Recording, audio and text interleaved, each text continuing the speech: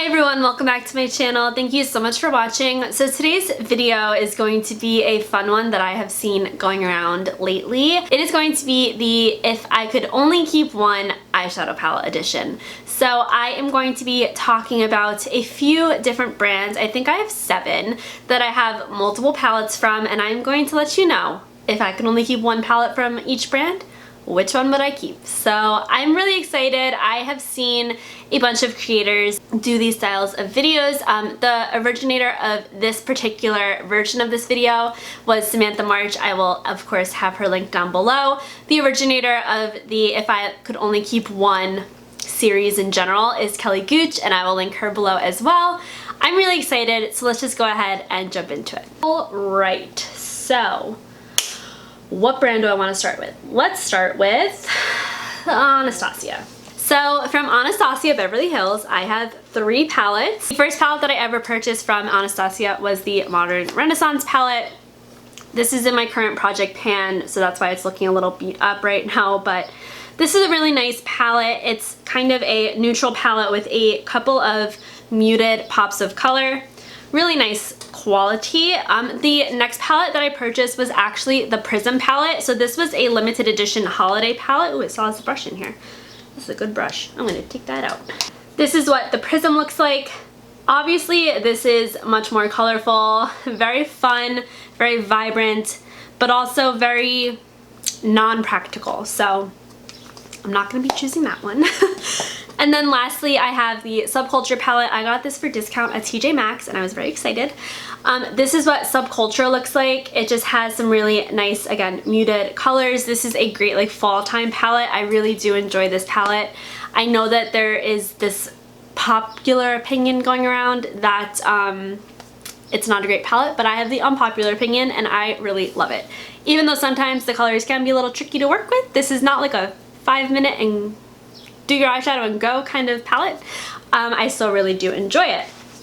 So out of these 2, and I'm making these decisions on the spot. I actually haven't decided any of these. So you're going to kind of see my thought process here. If we are talking practicality, which I feel like that is how I should be thinking in this video, because I can't be choosing my favorite, because if my favorite is a super colorful palette, I'm not going to want to do a super colorful look every day.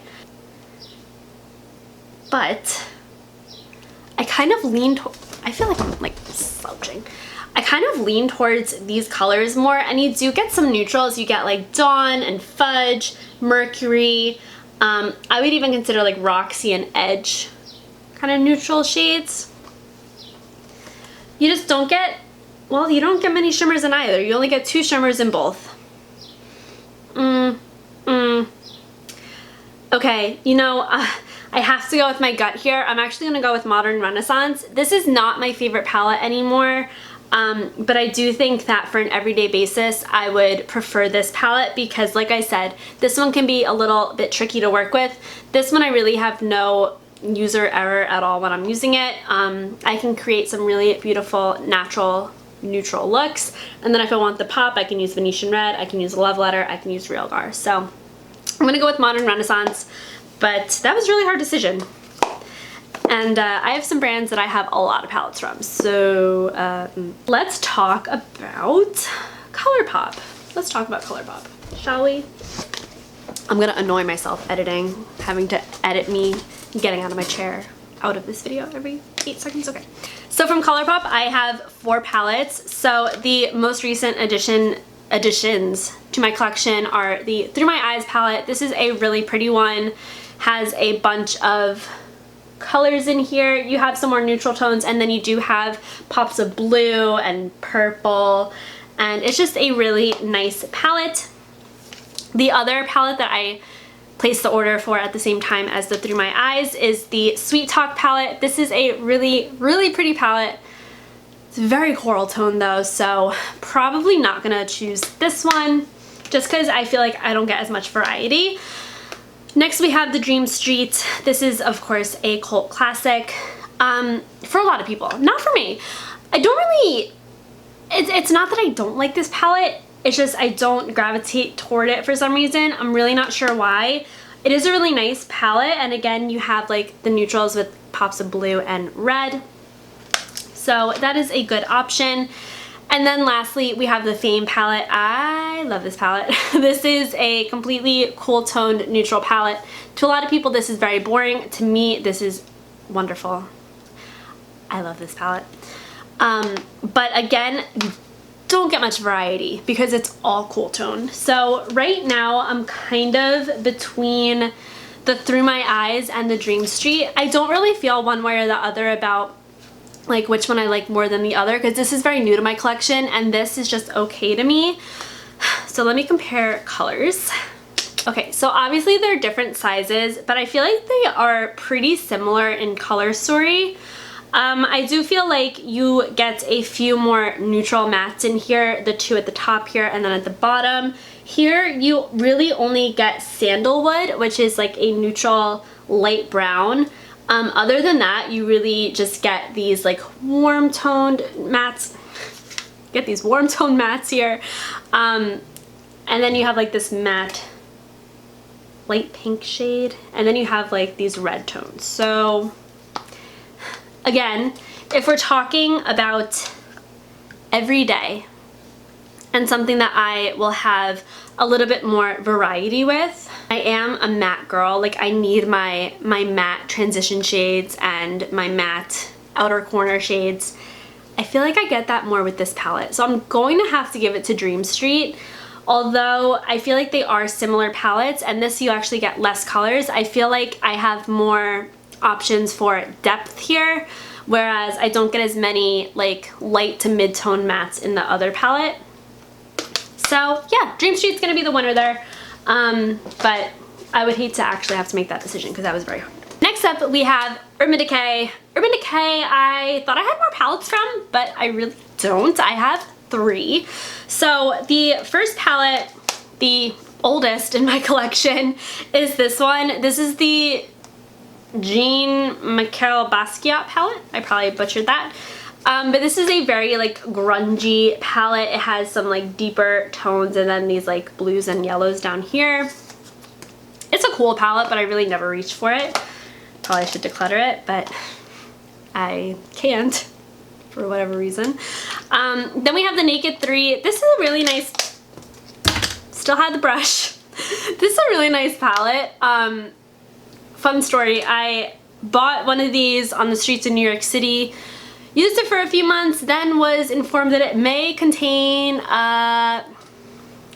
not so nice ingredients because it was probably fake. So I was actually gifted this for Christmas by my future mother-in-law. So I was really excited to have it back in my collection because I had thrown the other one away.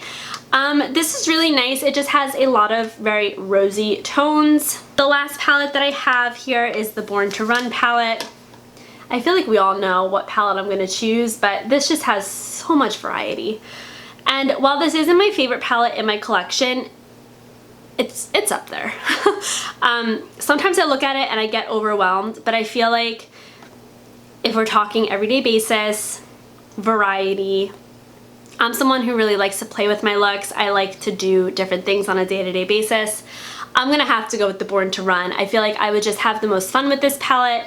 I would get the most variety and I don't feel like I would get bored of this palette. So gonna have to go with Born to Run. Next up we have Juvia's Place, and from Juvia's I actually have 3 palettes. So the first palette that I ever bought from Juvia's Place is the Nubian. So this is just a very, very neutral palette. It is on the warmer side and it's a good basic palette.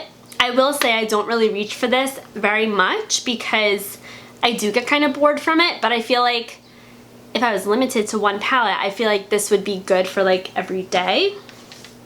Then we have the Nubian 2. This one is a lot larger than the other one, and it is a fun palette. You get some neutrals, but then you get some pops of color. I really love the shade down here, Nairobi. It is so pretty. And Zuri, oh my gosh, this highlight shade, so pretty. And then we have the Masquerade palette. This one has your 2 rows of colors and then 2 rows of neutrals. This palette, while I like it, I have trouble with this palette. Sometimes I feel like it's harder to work with. I look at these colors and I don't really know what to do other than put them on my lower lash line. I like to think of myself as someone who's pretty comfortable playing with color. I have like green and pink on my eye today, but these colors are just very far outside my comfort zone. So if I had to pick, I would actually go with the Nubian 2 palette. The reason that I would go with this over the Nubian is because this gives me a little bit more variety. It's a little less boring to me.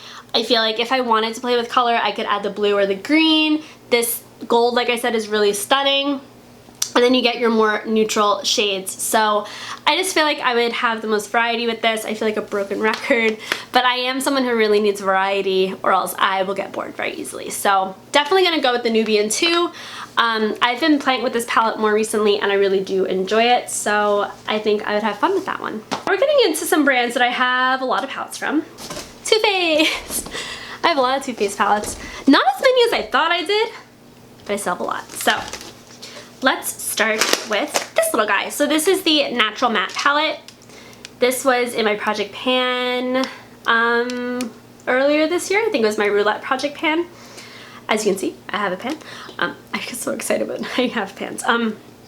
This is a really nice basic all matte palette. It's really good for every day. I really enjoy this one for like work. But it can be a little bit limiting since it is an all matte palette.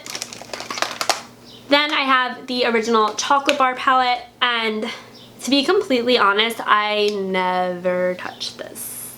I really don't. It smells so good. I really never touch this. I just remember Kathleen Lights loving this, so I was like, oh, I'm gonna love this. And I really just don't. I think that it is a good like neutral palette. Like if I was stuck with this, I feel like I would be able to get by, but it's not close to being one of my favorites.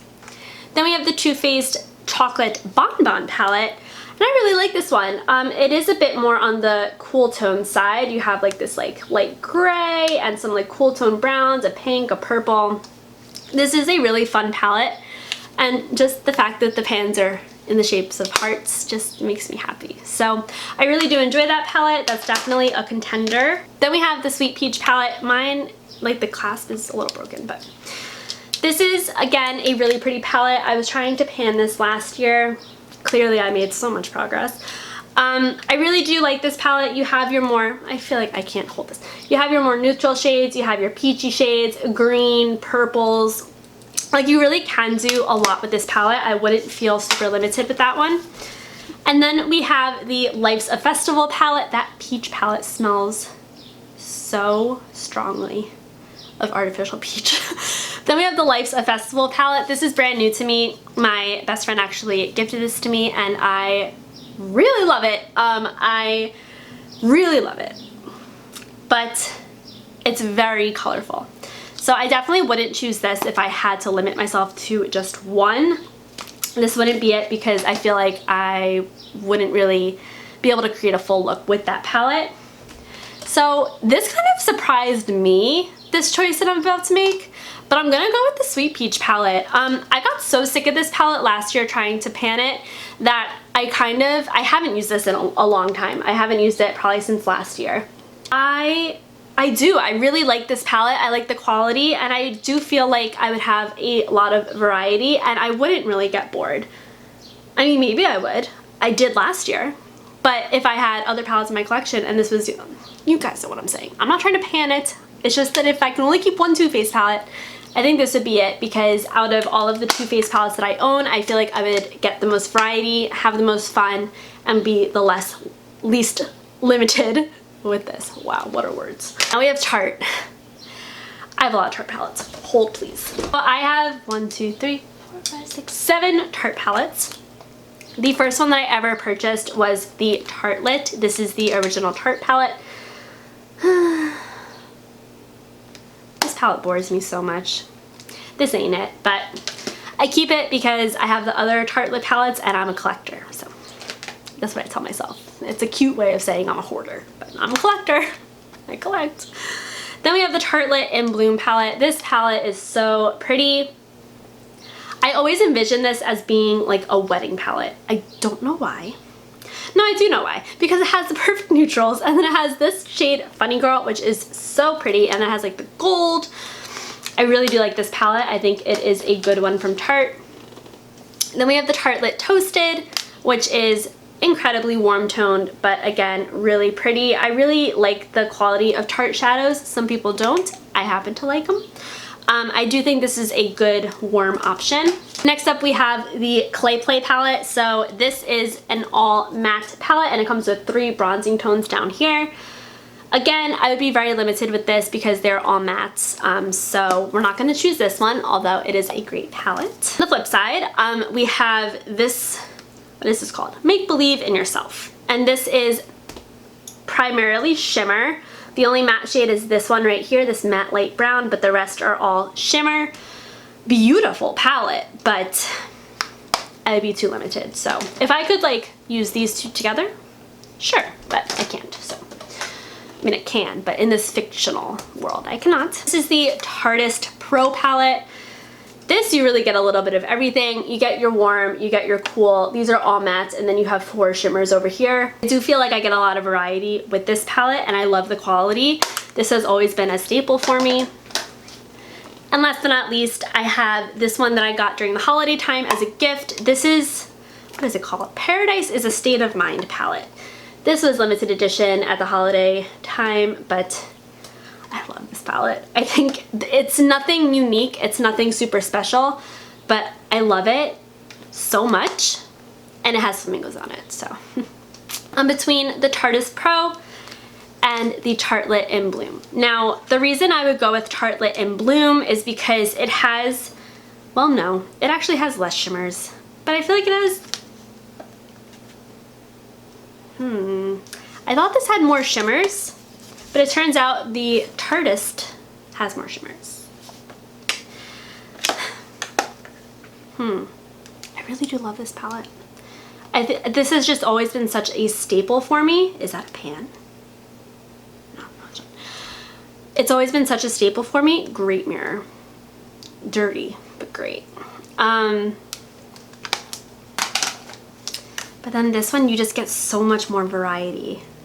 And I feel like if I wanted to do something more colorful, I couldn't do it with the Tartelette in Bloom, just because it is very neutral, like all neutral. Whereas this one, you know, you get the pops of like cranberry, an orange, a blue, a light pink. Yeah, so I just talked myself into it. We're gonna go with the Tartist palette. So I really do like this palette. It has such a nice variety, and I appreciate that these are all matte shades because you really can create a whole eye look with these shades. There's enough depth. There are enough like lighter transition shades, and if you wanted, you could go down the row. Ooh, this is not good. You could go down the row and create a look. I think that that is the way that this palette was designed, so that you could have each row be its own look. Of course, you can mix and match as well. But yeah, I'm gonna go with the Tartist Pro palette. I really do like this one, so I am happy with my decision. Alright guys, so that's gonna wrap up today's video. Just a little fun one. I thought it could be entertaining to kind of see if I had to get rid of all of my palettes, except for one from each brand, what one palette would I keep? I do have some other brands that I have like 2 palettes from, but I thought I would do like 3 or more. I just thought that would be more fun. But thank you guys so much for watching. I really hope that you enjoyed. If you did, let me know by giving this video a thumbs up. Definitely subscribe if you aren't already. I would love to see you back here, and I will see you guys in my next video. Bye!